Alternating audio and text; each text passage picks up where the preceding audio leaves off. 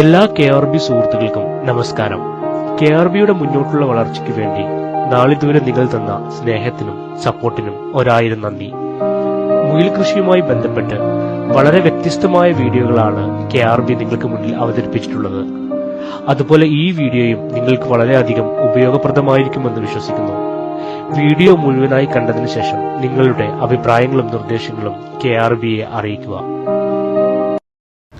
Kerala rabbit breeders ഫാമിലിയിലുള്ള എൻ്റെ എല്ലാ കർഷകർക്കും മറ്റ് സുഹൃത്തുക്കൾക്കും എൻ്റെ വിനീതമായ നമസ്കാരം. ഞാൻ ഡോക്ടർ ഹാഷിം, പാലക്കാട് പേഴുങ്കര സ്വദേശിയാണ്. ഇന്ന് ഇവിടെ ഡിസ്കസ് ചെയ്യാൻ പോകുന്ന ടോപ്പിക് മുയൽ മാംസത്തിൻ്റെ സവിശേഷതകളെക്കുറിച്ചും ആവശ്യകതകളെക്കുറിച്ചും നാം നിർബന്ധമായി അറിഞ്ഞിരിക്കേണ്ട ചില കാര്യങ്ങൾ. തീർച്ചയായും ഈ വീഡിയോ എല്ലാവർക്കും ഉപകാരപ്രദമാവുമെന്ന് ഞാൻ പ്രതീക്ഷിക്കുന്നു.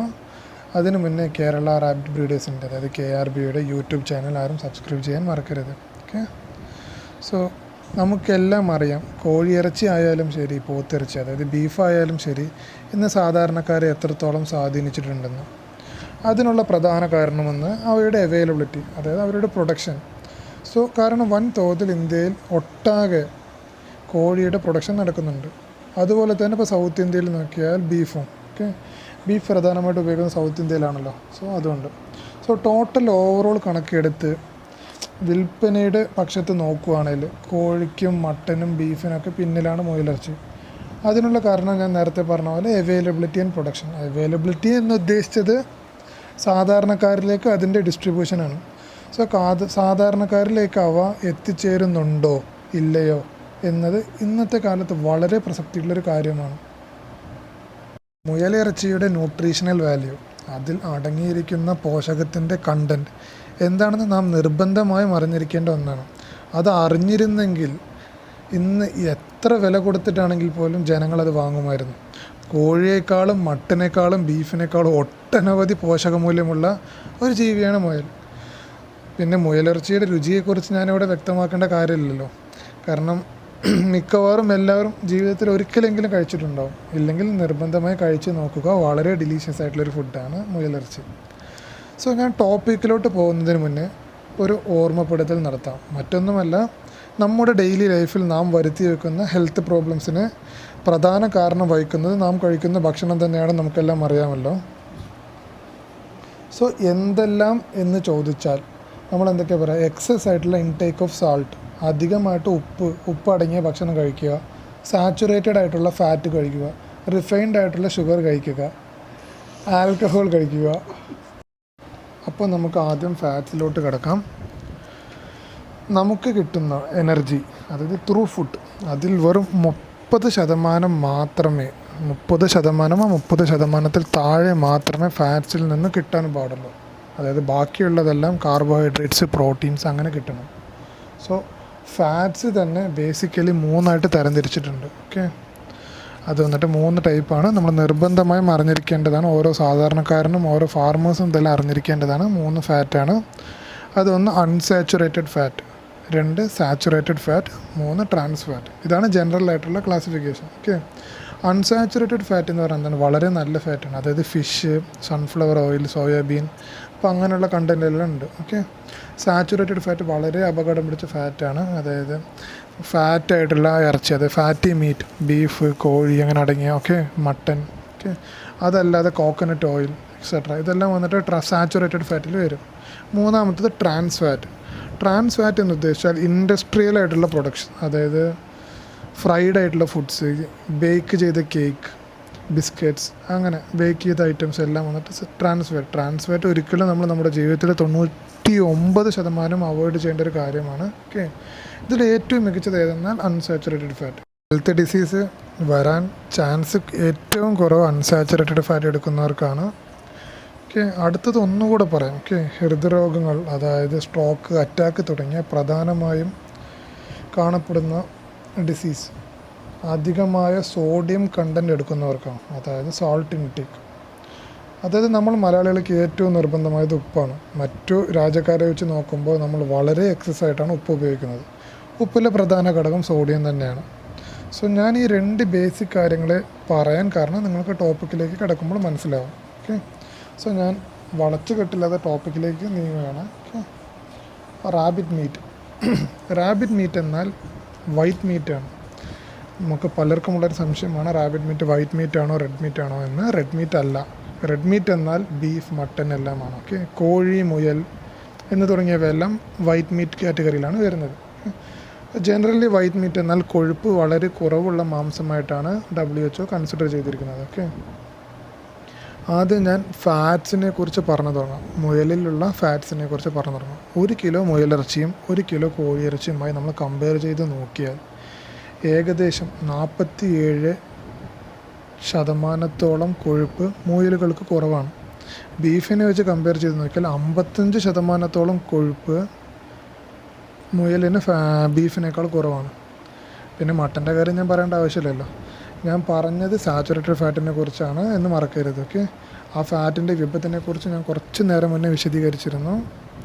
സോ അത് മാത്രമല്ല, മുയലിൽ അടങ്ങിയിരിക്കുന്നത് കൂടുതലും അൺസാച്ചുറേറ്റഡ് ഫാറ്റാണ്. അതായത് അത്യാവശ്യത്തിന് ശരീരത്തിൻ്റെ മെറ്റബോളിസത്തിന് വളരെ അനിവാര്യമായ ഒരു ഫാറ്റാണ് അൺസാച്ചുറേറ്റഡ് ഫാറ്റ്. സോ ഫാറ്റ് എന്ന ടോപ്പിക്കിനെ കുറിച്ച് മാത്രം പറയുകയാണെങ്കിൽ തന്നെ മുയലിറച്ചി മറ്റു ഇറച്ചികളെക്കാളും മികച്ചതാണെന്ന് പറയാം. വളരെ ഫാറ്റിൻ്റെ കണ്ടൻറ്റ് കുറവാണെന്ന് നമുക്ക് പറയാം. ഓക്കെ, അടുത്തത് പ്രോട്ടീൻ. ഏറ്റവും മസിൽ ബിൽഡ് ചെയ്യാൻ എനർജിക്കും അനിവാര്യമായ പ്രോട്ടീൻ എന്ന ഘടകം കോഴിയേക്കാളും ബീഫിനേക്കാളും അധികം നമുക്ക് മുയലിൽ നിന്നും കിട്ടുന്നതാണ്. ബീഫിനേക്കാൾ ഏകദേശം 30%, കോഴിയേക്കാൾ ഏകദേശം 18% നമുക്ക് മുയലിൽ നിന്നും കിട്ടുന്നുണ്ട്. അടുത്ത പ്രധാന ഘടകമാണ് വിറ്റമിൻസ്.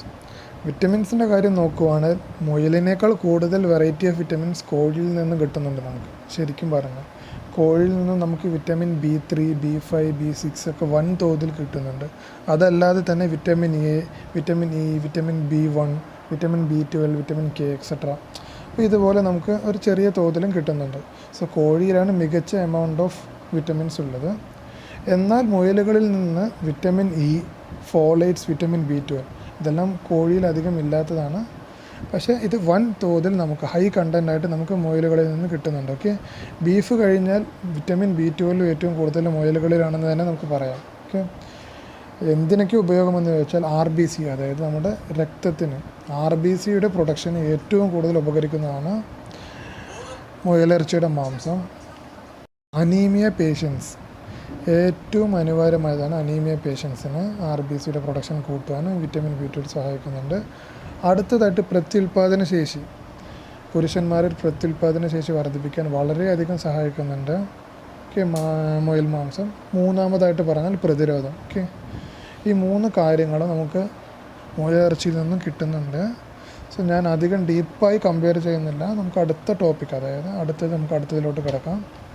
അടുത്തത് വന്നിട്ട് മിനറൽസ്. മുയലിറച്ചിയെക്കുറിച്ച് പറയുകയാണെങ്കിൽ മിനറൽസിൻ്റെ ഒരു കൂടാരം എന്ന് തന്നെ നമുക്ക് പറയാം. മനുഷ്യ ശരീരത്തിന് അനിവാര്യമുള്ള, അതായത് ആവശ്യമുള്ള ഒട്ടുമിക്ക മിനറൽസും മുയലിറച്ചിയിലുണ്ട്. എടുത്തു പറഞ്ഞാൽ അയൺ, പൊട്ടാഷ്യം, ഫോസ്ഫറസ്, സിങ്ക് തുടങ്ങിയവയെല്ലാം വൻ എമൗണ്ടിലും ചെറിയ തോതിൽ സോഡിയവും ഉണ്ട്. ഓക്കെ, സോ മറ്റു ഇറച്ചികളെ വെച്ച് നോക്കുമ്പോൾ സോഡിയത്തിൻ്റെ ലെവൽ വളരെ കുറവാണ്. അപ്പോൾ ആഹാരത്തിൽ സോഡിയം അധികമാവുകയും അതിനനുസരിച്ചുള്ള പൊട്ടാഷ്യം ഇല്ലാതെ ആവുകയും ചെയ്താൽ ഹാർട്ട് ഡിസീസ്, അതായത് സ്ട്രോക്ക് എല്ലാം വരുമെന്ന് ഞാൻ മുന്നേ എക്സ്പ്ലെയിൻ ചെയ്തായിരുന്നില്ല. സോ ഇത് വിവരിക്കാൻ വേണ്ടി ഞാൻ എക്സ്പ്ലെയിൻ ചെയ്തത്. സോ ഇവയിലടങ്ങിയ പൊട്ടാഷ്യം നമ്മുടെ ശരീരത്തിൽ തന്നെ സോഡിയത്തിനെ ന്യൂട്രലൈസ് ചെയ്യാൻ സഹായിക്കുന്നു. സോ അതുകൊണ്ട് തന്നെ സ്ട്രോക്കിന് വളരെ ചാൻസ് കുറവാണ്. സോ മുയൽ വിപണിയിലുള്ളവർ മാത്രമല്ല, ഓരോ ജനങ്ങളിലേക്കും ഈ വിവരങ്ങളെല്ലാം നിങ്ങൾ നിർബന്ധമായും എത്തിക്കണം. സോ രുചിയുടെ കാര്യത്തിലായാലും ശരി, ന്യൂട്രീഷണൽ സപ്ലിമെൻറ്റ്സിൻ്റെ കാര്യത്തിലായാലും ശരി, മുയലിറച്ചി മറ്റു ഇറച്ചികളേക്കാൾ ഒരു സ്റ്റെപ്പ് മുൻപിൽ തന്നെയാണ് നിൽക്കുന്നത്. സോ എത്രത്തോളം ഗുണനിലവാരമുള്ള മാംസമാണ് മുയലിൻ്റേതെന്ന് നിങ്ങൾക്ക് ഇതിൽ നിന്ന് മനസ്സിലായി എന്ന് ഞാൻ പ്രതീക്ഷിക്കുന്നു. പിന്നെ മുയൽ കർഷകരോട് പറയാനുള്ള ഒരു കാര്യം കൂടിയുണ്ട്. അതെന്തെന്ന് വെച്ചാൽ മീറ്റ് പർപ്പസിന് വേണ്ടി ഉപയോഗിച്ച മുയലുകളായാലും ശരി, ബ്രീഡിംഗ് പർപ്പസിന് വെച്ച മുയലുകളായാലും ശരി, തൂക്കത്തിന് വേണ്ടി നിങ്ങൾ ദയവ് ചെയ്ത് കൊഴുപ്പ് കൂടിയ ഭക്ഷണം കൊടുക്കാതിരിക്കുക. അത് മുയലുകളുടെ ഹെൽത്തിന് മാത്രമല്ല മനുഷ്യരുടെ ഹെൽത്തിനെയും ഒരുപാട് ബാധിക്കും. പലരും പോഷകമൂല്യം കണ്ട് മുയലിറച്ചി വാങ്ങുന്നവരാവും. സോ ഫാമേഴ്സ്, നിങ്ങളിൽ നിന്നും അത്തരം ഒരു അശ്രദ്ധ വരാതെ നിങ്ങൾ സൂക്ഷിക്കുക. ഓക്കെ, സോ അറിയാത്തവരിലേക്ക് നിങ്ങൾ ഈ വീഡിയോ ഷെയർ ചെയ്യുക. വീഡിയോ ഇഷ്ടമായാൽ ലൈക്ക് ചെയ്യാൻ മറക്കരുത്. മറ്റുള്ളവരിലേക്ക് ഷെയർ ചെയ്യുക. ഞാൻ നിർത്തുകയാണ്. നന്ദി, നമസ്കാരം. നിങ്ങൾക്കെല്ലാവർക്കും ഈ വീഡിയോ വളരെയധികം ഉപയോഗപ്രദമായിരിക്കുമെന്ന് വിശ്വസിക്കുന്നു. നിങ്ങളുടെ വിലയേറിയ അഭിപ്രായങ്ങളും നിർദ്ദേശങ്ങളും KRBയെ അറിയിക്കുക. മുയൽ കൃഷിയുമായി കൂടുതൽ അറിവുകൾ നേടുവാനും നിങ്ങളുടെ സംശയങ്ങൾക്ക് KRBയുടെ വിദഗ്ധ മുയൽ കർഷകരിൽ നിന്നും ലൈവ് സപ്പോർട്ട് ലഭിക്കുവാനും വേണ്ടി വീഡിയോയിൽ താഴെ കൊടുത്തിരിക്കുന്ന ലിങ്കിൽ ക്ലിക്ക് ചെയ്ത് KRBയുടെ വാട്സാപ്പ് ഗ്രൂപ്പിൽ അംഗമാകുക. നിർധനരായ മുയൽ കർഷകരെയും സാമ്പത്തിക പ്രതിസന്ധി മൂലം മുയൽ കൃഷിയുമായി മുന്നോട്ട് പോകാൻ കഴിയാത്ത നമ്മുടെ കർഷകരെ വിജയപാതയിലേക്ക് കൈപ്പിടിച്ചുയർത്തുവാൻ KRBയോടൊപ്പം നിങ്ങളുടെ സഹകരണവും അനിവാര്യം തന്നെയാണ്. KRB നിങ്ങൾക്ക് വേണ്ടി തയ്യാറാക്കുന്ന ഓരോ വീഡിയോയും സപ്പോർട്ട് ചെയ്ത് ഷെയർ ചെയ്ത് മറ്റുള്ളവരിലോട്ടും എത്തിക്കുക. നിങ്ങളും ഈ നന്മ പ്രവൃത്തിയിൽ പങ്കുചേരുക.